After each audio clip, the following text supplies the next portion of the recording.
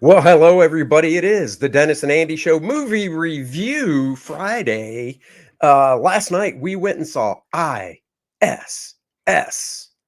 No, we did not misspell the word is. It's International Space Station.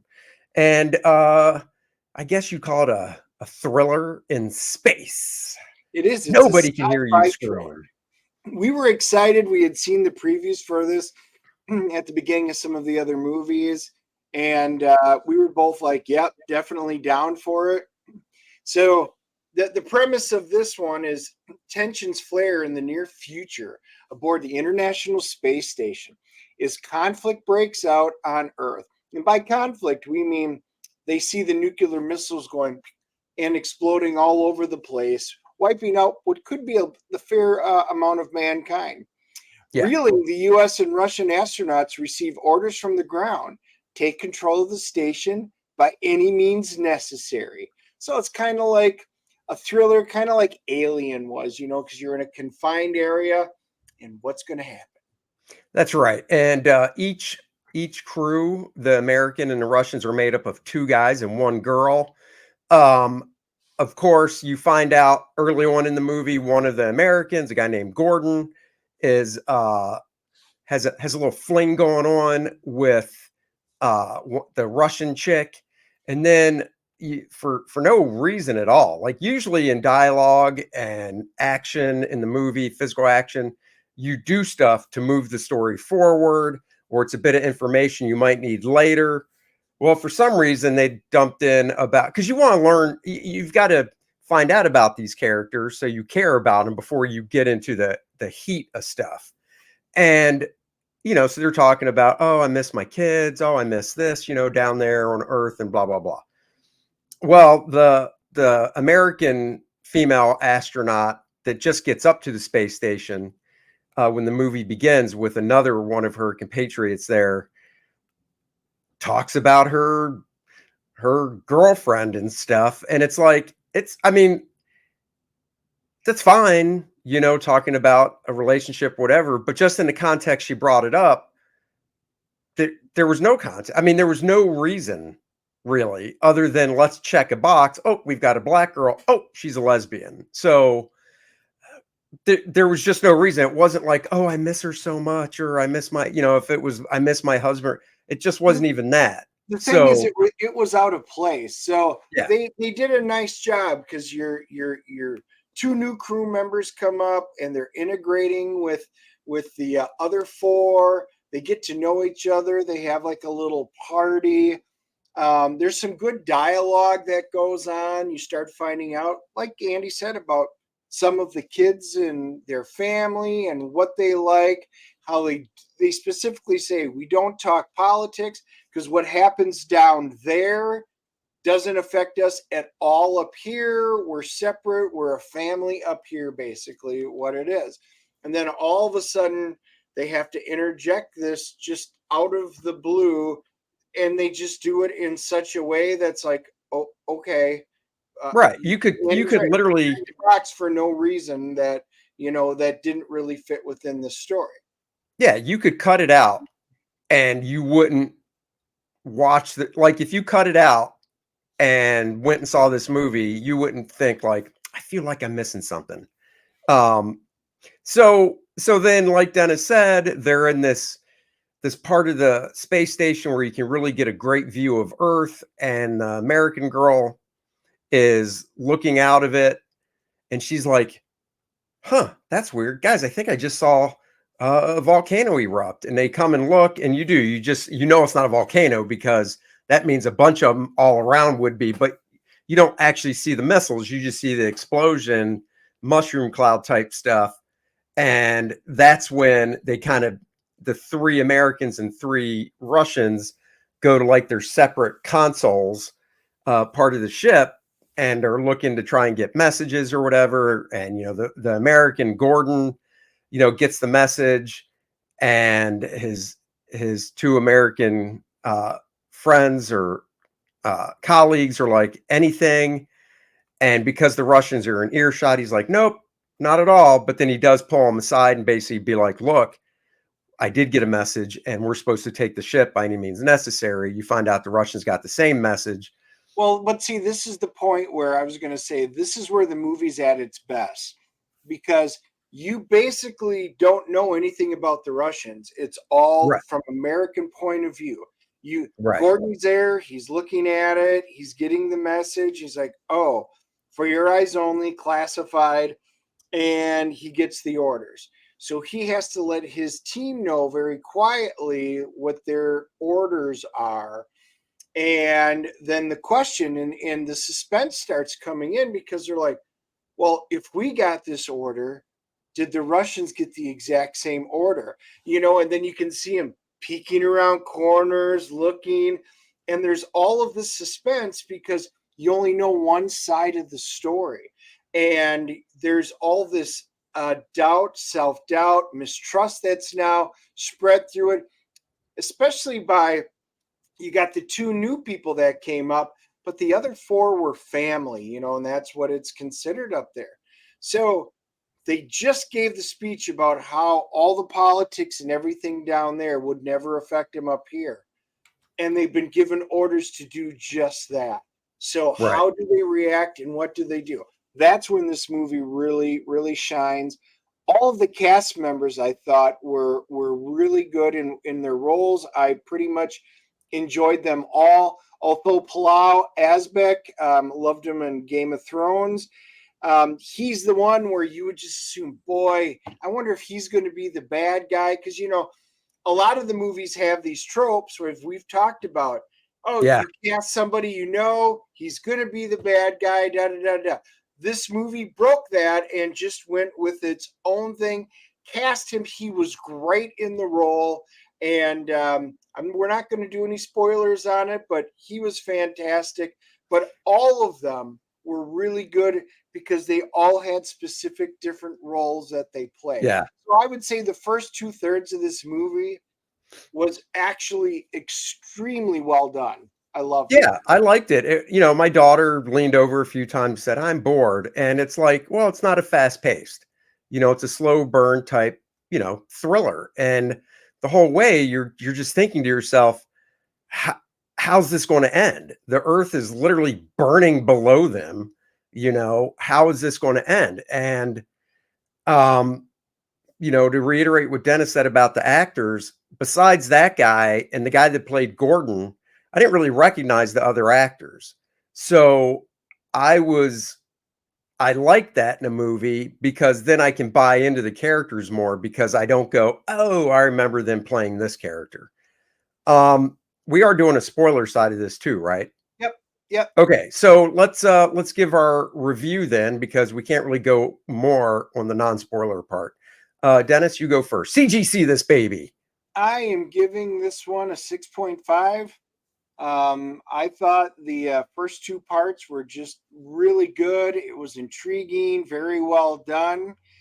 And in the spoiler section, we'll get into why this movie fell short, because the third act of the movie, oh boy, did it leave a lot to be desired.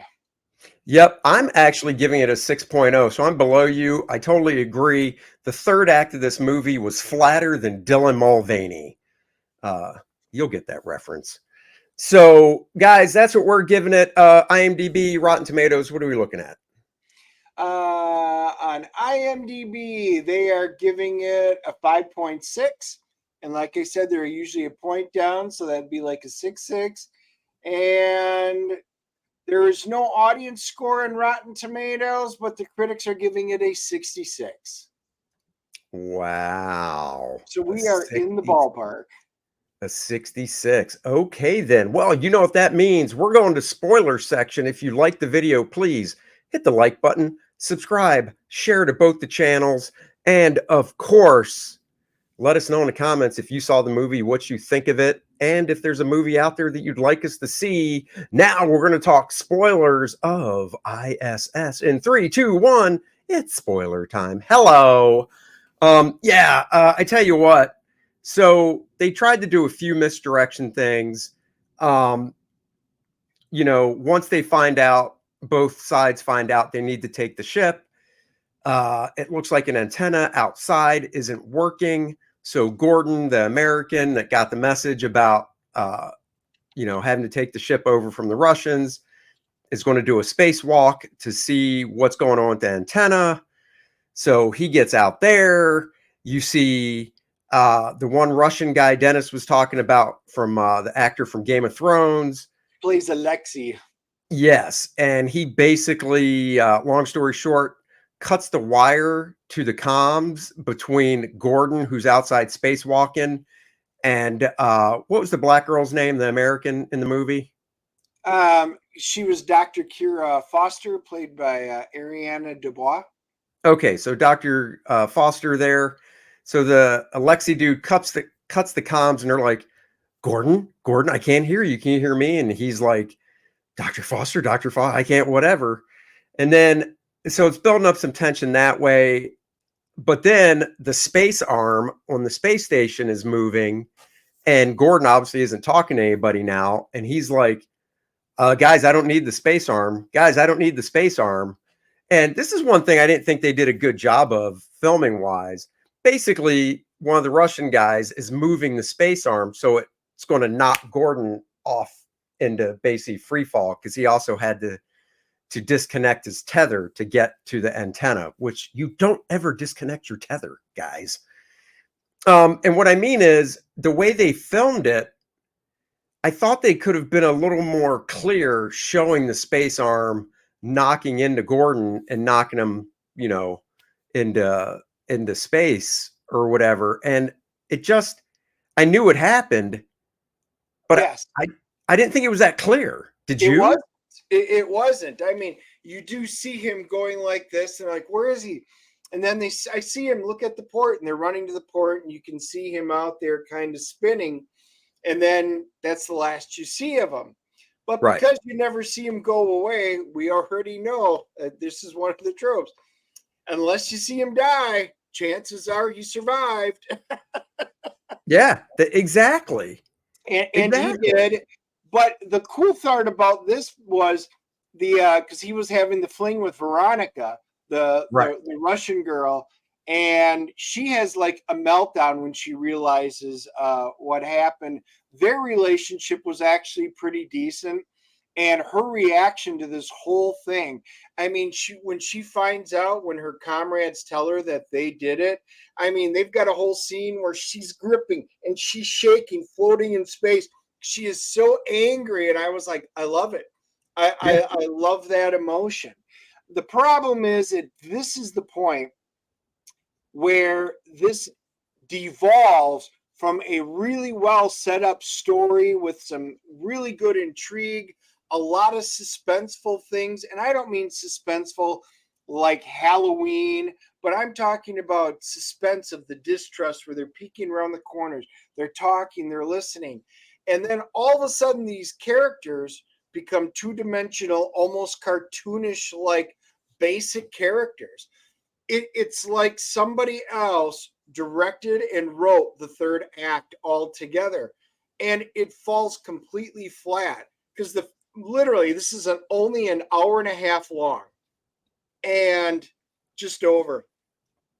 And literally the first hour was fantastic, and that last half hour you're like, could have done without that. And that's why. And then the very ending, when we were both sitting there going, okay, is that what they're doing? And she hits the button, you hear them talk, and then it cuts to black. And Andy and I both looked at each other. We don't like to talk. You're like, well, that was unfulfilling. Yeah, just to expound a little more. I swear you kill me sometimes.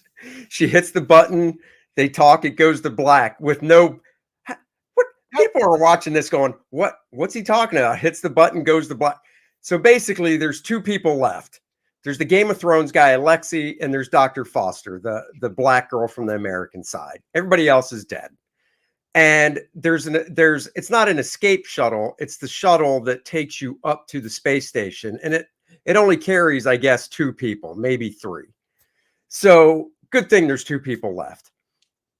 And it's an American and a Russian. They both get in the shuttle to go back down to Earth this, and just Earth is just like orange because of all the fire and everything that's going on down there on the land masses. And you're kind of like, okay, so they're in the shuttle. It detaches from the space station. They're going back down. And they both kind of are like, well, we don't know what we're going to see when we get down there. And then the screen goes black and the credits roll. And you're just like, what the F? Yeah. That, like Dennis said, that was the most unsatisfying ending I think I've ever seen in a movie. Well, that, and they had to artificially create tension in the movie because all of a sudden, oh, by the way, guys, our thrusters don't work. So they had to move us down manually last time to be in a lower orbit for basically resupply. So unless they come up and are able to boost us from down there, in 24 hours, this whole ISS is crashing into the Earth anyway, and we're all dead. Right. And you were just like, oh, okay. And then they really don't give it much thought until towards the end, where she goes and logs on. She does send a message down so they at least bring it full circle. But it was just like a clumsy add-on for cheap suspense that didn't really work. And at the end, how they resolved it, you're just like, oh, okay, that did nothing for me. Again, third act. Completely scrap that third act, start over because you had a good thing going. Yeah, they really showed what it really showed. And it's one of those things. I actually wouldn't mind talking to the writer director about this. Is seriously, guys, did you not know how to end this movie? Because it really felt like that. It felt like they were like, they wrote themselves into this corner and they didn't know how to end it. They had the great buildup of everything, but they were just like, yeah, we don't know how to end this. So let's just have them get in the shuttle. And then I guess the audience will make up in their mind what they, where they landed, the what happened and everything. It was just, yeah, that's what it was. It was kind of like, hey, Andy, I don't know what to do. Do you want to do now? Let's just have him get in the shuttle and go down to the molten planet that looks like it's uninhabitable. Because they did show the Earth continuously throughout it get worse and worse, and you could see the red, the dust clouds, the radioactivity. It looks like it's spreading and killing everything. You can see the clouds up above. And you're like, well, there's nothing down there that looks like it survived. So what are you going down to? Maybe well, that's the other thing too is Planet of the Apes when they land. Like Dennis said, the space station was slowly descending, right? But it finally did. They got communications back, and remotely from down below, whoever it was, Americans, Russians, whatever, did whatever they had to get the thrusters and boost and all that. So it started rising back to the safe, altitude or whatever in space, safe orbit. So it just would have orbited. So at that point, my thought is, okay, there's two of us left. Well, we were going to be up here for a long time regardless. Like if none of this happened down below on Earth, we came up here to be up here for months. So my thing is, well, obviously they're getting communications back because they were able to remote control, get the boost and thrusters back to get the space station in orbit correctly. Okay, so those two people, I'm thinking, why don't we hang out up here in the space station a little bit longer and wait to see what more communications we can get from Earth, from my government, your government, whatever, and then decide to get in the shuttle and go back down instead of just going back down where they don't even know where they're landing, So, and plus, it was 6 people were going to be up there for a long time. Well, now there's only 2. So they definitely have the rations to last longer. So it just, it totally took a shit in the last 20 minutes. So there you go, guys. But I tell you what won't do that. This book, Nice and Tight, the comic book pencil art of Andy Smith, that's me, will keep you satisfied till the very last page and more, because you can pull it off your bookshelf and reflect back on it, look through it, absorb the nice pencil art that I've done throughout my career for other artists to ink, editors to see. A lot of pages in here, 64 of them. A lot of art that's never been seen before. Guys, go check this out. We're only a little shy of 1,300 away from 9,000, which unlocks the stretch goal of making this book very nice and spiral bound. So you can definitely open it up, lay it flat, put tracing paper, vellum, whatever you want over the pages. Practice inking. You can practice your drawing. And what do I mean by that? A great way to learn is to trace over other artists and try and break down their work into basic shapes and so on and so forth. There's a digital edition as well. The Art of Andy Smith sketchbook is back. I'm adding 20 pages of new material for the same cost of the 64-page original book. And I've added dynamic hero templates to it. So if you want to get a physical copy of this, you can, to design your own characters. There you go, guys. Check it out. Thank you for watching. Like, subscribe, and share. Next Wednesday, we will be on location for the DNA show at our buddy store, Needless Essentials. It's comics, it's toys. It is a grand store and a new location he just moved into. We're going to be broadcasting live from there. If you're in Lincolnton, North Carolina, come on out and see us. We'll catch you guys then. Thank you, everybody, and take it easy. Have a great weekend. Live long and prosper. Hasta la vista, baby.